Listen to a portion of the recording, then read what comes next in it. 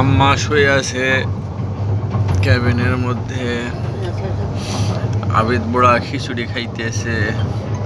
নাজু বেগম আবিদ বুড়াকে খিচুড়ি খাইয়ে দিচ্ছে। আমরা চট্টগ্রাম পার হইয়া গিয়াছি। আবিদ বুড়া এদিকে তাকাও, তোমার চেহারাটা দেখি। আবিদ হা করো।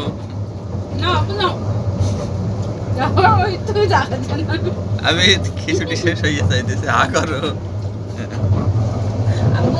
আম্মাই দিকে তাকাও।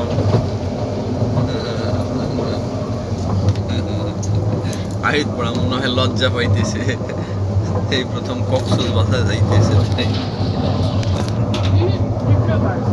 এরা সাদিকুল কক্সবাজার যাচ্ছে। এটা নাজু বেগম।